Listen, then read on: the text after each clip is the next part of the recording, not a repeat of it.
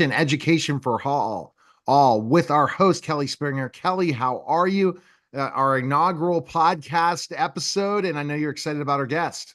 I am so excited. We have Pearl with us today. And Pearl is a naturopathic empowerment coach, an author, and health wellness expert with over a decade of experience. She specializes in helping women put themselves first, which we can all do, right, Pearl?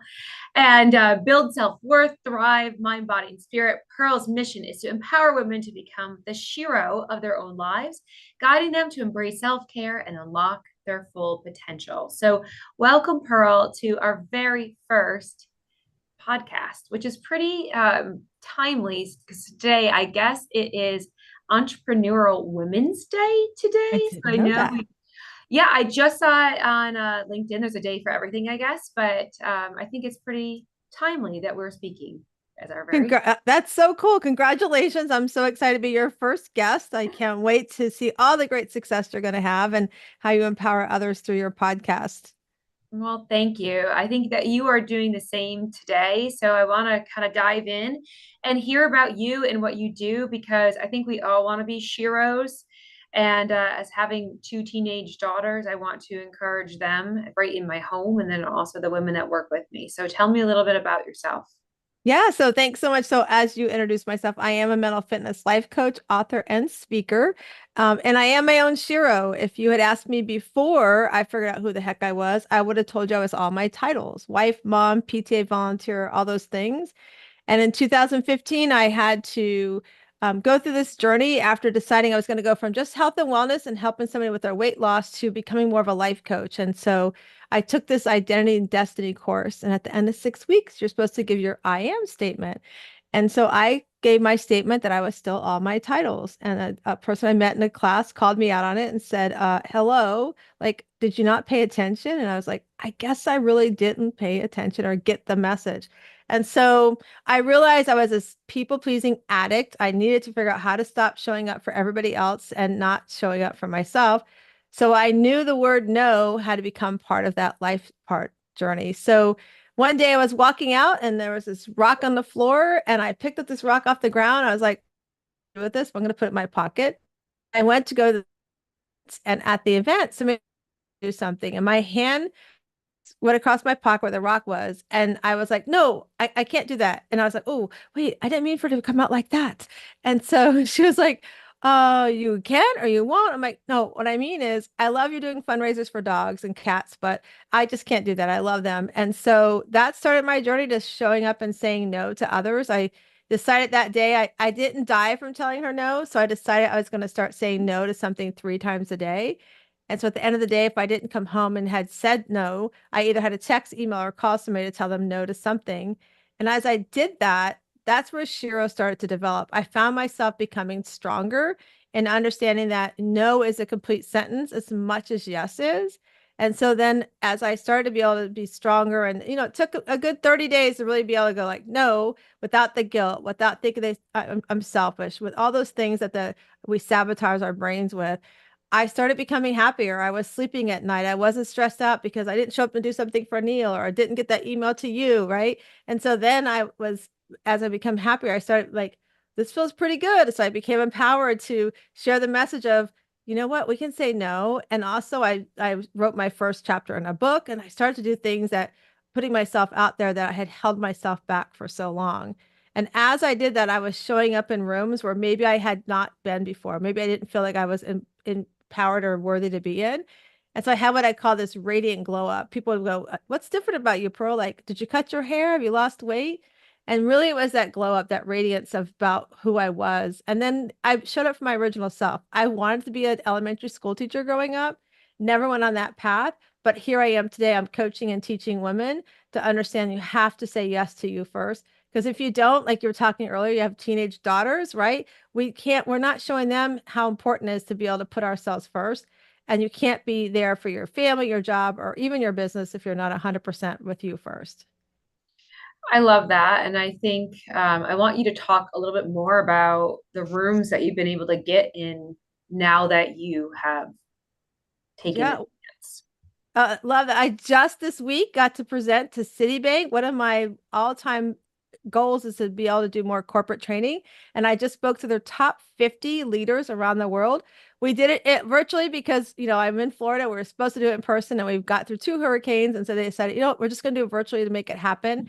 And I spent 3 hours with them, training them about stepping into putting yourself first, training them about our judge and our saboteurs and how we're either people pleasers or we can be sticklers. We think we have to control everything. So we worked on that. We train on tiny habits and really it's really great. I've had like 3 or 4 people already reach out to me afterwards going, I need more. So being there, being asked to speak on stages, but the one thing that I'm the most proud of is I get to do these amazing retreats. I'm actually having my 9th retreat coming up this year. It's a pajama retreat, no makeup, all in your PJs, and it's called Soulful Self-Care. And we just go to the beach. We work on self-development, personal care, as well as yoga, and we have massages and all kinds of fun stuff. But you have to be in your PJs or yoga pants and no makeup the entire weekend. Well, I Wow. think we could all use that. I think that sign me up because Now, We have Kelly, spots left. so being, a dietitian, Kelly, how important are you looking at mental health in that specific aspect of improving, especially when you're working on their nutrition and their dieting and everything? well, it's a huge importance, and it's interesting how all of this is now intertwining. And that is why we really did start the podcast so that we could see how these things really do go together. And I think, with speaking with you, just getting to know your story a little bit, Pearl, I think we all have a story that maybe is similar. So that's where the relatability, and this is where you're getting into those rooms and getting these retreats, is because we are struggling, as females in particular. Our nutrition, I just did a mindful eating class right before this, and females in particular are multitasking more than anyone I know, right? So from doing this morning before I left to come here, I did the laundry, started the dishwasher, fed the cats, and did 2 TV spots. And my husband got up and left for work. So, and I love him to death, but I think this is why the relatability of females and really getting to that shiro, I think it really hits home for so many of us. Yeah, I mean, you're doing what I call a CEO mom. I have an amazing sister-in-law. I went to go visit them a few years ago with my brother, and my nephew was around 4 or 5 years old. And she's like, "Hey, come upstairs. Sean's got to put his clothes away." I'm like, "He's like 4 years old. My kids are like teenagers by now, right?" And I'm like, "I didn't have my kids do that." She goes, "Pearl, listen, we're all a team here. I have to work and run a house, so he needs to learn how to do this." And literally, like that's what. And I looked at her, I go, you're right. I need to use this. And I asked her, I said, can I get permission? She's like, yeah. So really you're building a CEO mindset at home. Like you are a team, like teaching your kids how to be part of this journey also helps you with your self-care. And it shows you're not selfish. It doesn't have to be selfish, but that they're all part of this team. And and it all ties to as well as like you're talking about, like I love you talking about you did a class on mindful eating.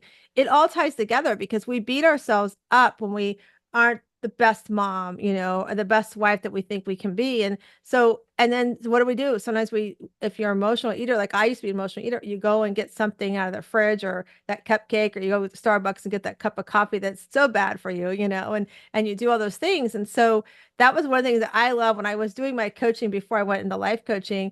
I would have clients come in. I worked at a clinic, and oftentimes the lady who ran the clinic, her clients would come on my calendar because they would be like, I want to talk to Pearl. She doesn't like make me feel bad because I had a cupcake I wasn't supposed to have. Because I would be like, so tell me what's happening. Like, what was going on? What was the emotion? What was worrying you that day? And I would talk about like what was on your mind. And so, like I said, oftentimes I would end up on my calendar, and that's what led me to do this coaching. But I love, like you said, oftentimes we as women, we think we have to do everything. Like you said, you did all this stuff, then your husband gets up and go to work, right?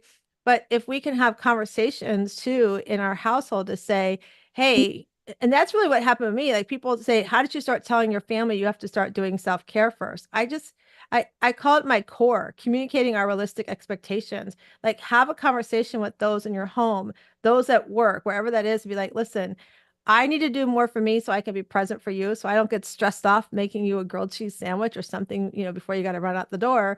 And so this is what I'm going to do. I literally told my kids, like I said, they were freshmen and junior in high school at the time when I figured this stuff out.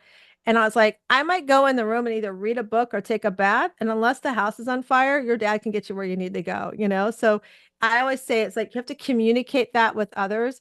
And if you don't get it done, it's not the end of the world, right? It's okay. There can be dirty clothes in the, you know, in the laundry or dishes in the sink. The end of the day is what did you do for yourself? Well, and I do think that getting real, I think the people that are the most successful on social media, and not that you need to share everything, but the people that have the highest following are the people that are real, that laundry isn't done and, it's piled up or something. I mean, anything that can be relatable. And I think that's where nutrition needs to come back down. So somebody said the other day that, about our profession and even in your profession too, we need to make it more normalized where we can reach out to people like ourselves to get help. And I think I said, I think therapy came a long way when Tony Soprano back in 1998 was seeing a therapist.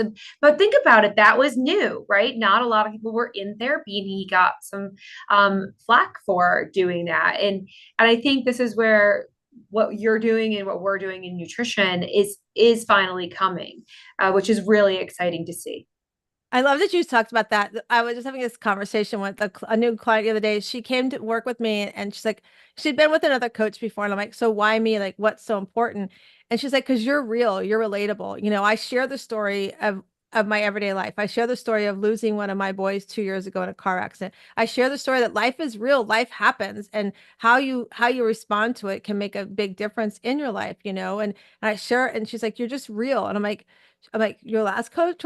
No, I started finding out she shared this stuff, but when I saw her behind the scenes, that's not who she was. And I was like, well, I'm glad you're here because that's who I am. I show up as who I am in my life because why am I going to say anything different? But I also love that you brought up the therapist part because I was one of the guests that was at my retreat a couple years ago. She was like, well, you guys aren't trauma coaches and you guys aren't trauma therapists. You call it. I said, listen, therapists only get so much time with their clients. Like I actually have therapists that refer their clients to me because they're like, I only get this window to work with them where they can come and send them to me and I can help them do some other things, other homework that maybe their therapist wants them to work on and bring it down and make it relatable and a little bit easier than what a therapist can do in like 30 minutes, 20 minutes time. So I love that you talk about that because I feel too like we're on this newer understanding and acceptance of therapy and of coaches because of the time frame that we get with our doctors and so forth. And I think mental health and healthy eating, they go together for sure. Absolutely. Now, Kelly, how does that relates in your practice? Explain when you work with clients. Well, I just did a presentation for a large medical group, and I said exactly that, Pearl. I said, listen, all you doctors and nurse practitioners and PAs in the room, how many of you get 12 hours with your client to focus on nutrition? Well, of course, no hand was raised, right? And so that I'm like, that's my point. Insurance will cover us to see that person multiple times, throughout the year, and we're able to really lead them through a journey and have that time and learn about their families and their kids and who is a picky eater and are they working the night shift. We can really get into a lot of things around food, and just like you can around that, what's happening in their lives, right? And getting down to that nitty gritty. So we have the opportunity to see them so much more and be there as a true companion and educator. Yeah, and I think it's so important that's available to all of us. I have a coach, I not only got coach clients, but I have a coach and we have to be able to have that because like you said, everybody's lives are so different, especially if you're working with a single parent, their lives aren't, they're doing everything and they need to be able to take time for themselves too and have some mindfulness, especially when it comes around health and wellness for them and their family. Mm-hmm.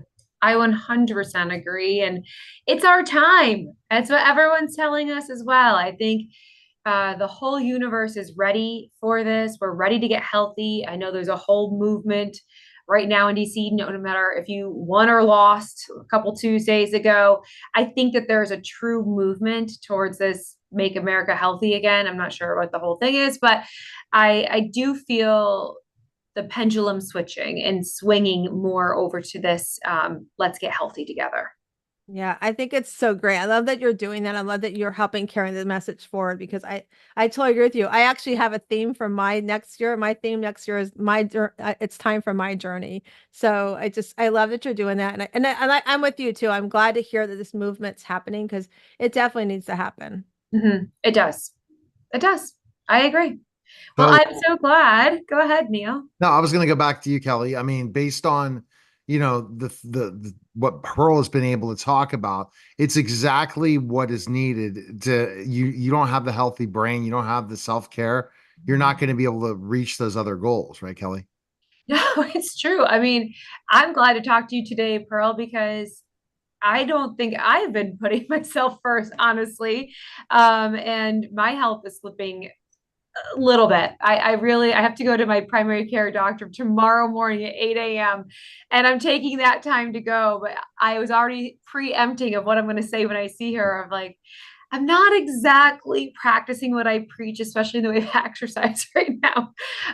But having this conversation with you today, I think really did help me. And I hope it helps a lot of other people as well. But I really have to start putting that first because if I don't have my own health, if I'm not taking care of me, I really can't take care of others. I love that you're saying that. It's so true. And I think the easiest way to start, so if somebody's listening and isn't sure where to start, I always say make a list of what brings you joy and take the one thing that stands out to you and work on that one thing for 30 days. And then you find steps that you work on that first and it starts to become easier. And I love just picking a spot to start. That's perfect. I think that's great. And my start will be this afternoon of going out for a walk. So you just encouraged me. Yay! I love it. All right. Well, it's fantastic. Pearl, where's the best place people can find information on you and stuff? Oh, you can definitely find me everywhere on social media.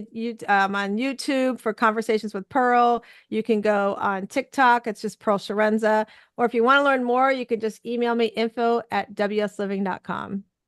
All right. Well, thanks again, Kelly. Best place people can find info on you. Yes, you can go to kellyschoice.org. You can book today. And we're also on Instagram at kellyschoice_nutrition.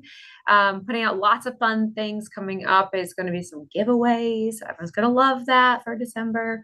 But thank you, Pearl, so much for being our first guest on this podcast and getting it kicked off. You were fantastic. All right. Thank you. Great All right. success. That was a special simulcast of the Neil Haley Show and Nutrition Education.